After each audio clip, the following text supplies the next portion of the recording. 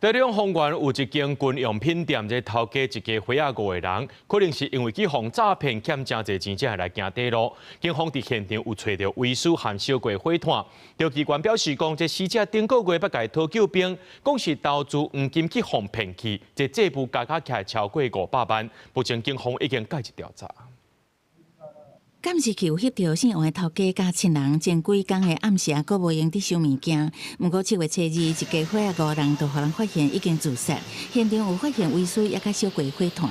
我们也很惊讶呀，因为我们平常都会跟那个大姐有的时候到垃圾打个招呼这样子。台中丰原这间军用品店，就是王家一家伙租厝的所在。因为28岁王家细汉囝真侪工无上班，当时通报警方，会同李长处做伙开门，才发现遗憾的代志。 未有打斗痕迹，排除有外力介入情形。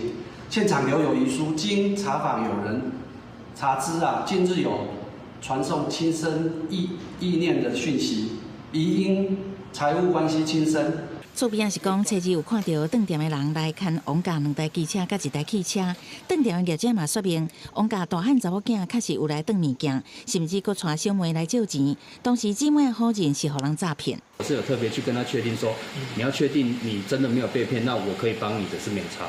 就后来他说，因为他是一个朋友有帮他介绍，这个都是他现实有看过的人。 台中市原社志中表示，6月1日捌接到姓王头家家后求助的消息。姓王阿某甲大汉查某囝，迄个月2号嘛有到服务处。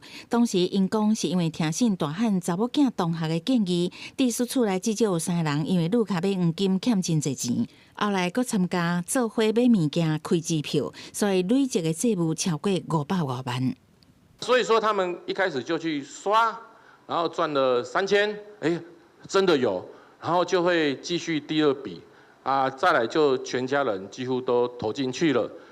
那刷卡之后，那账单又有下个月了，账单的名字是你本人的名字啊，所以他这种做法里面是永远你都会有下一期的账单还没缴。一切的原因呢，我卢秀燕卢市长呢都已经第一时间责令警方务必要查明真相哈。 姓王一家伙是毋是去拄到诈骗，积欠真侪钱才自杀，还是毋是有暴力威胁？台中市政府已经请警方调查清楚，也呼吁民众拄到财务问题，要勇敢向外界求助。市政府完后相关的资源，拢会当提供专业的应对甲协助。记者综合报道。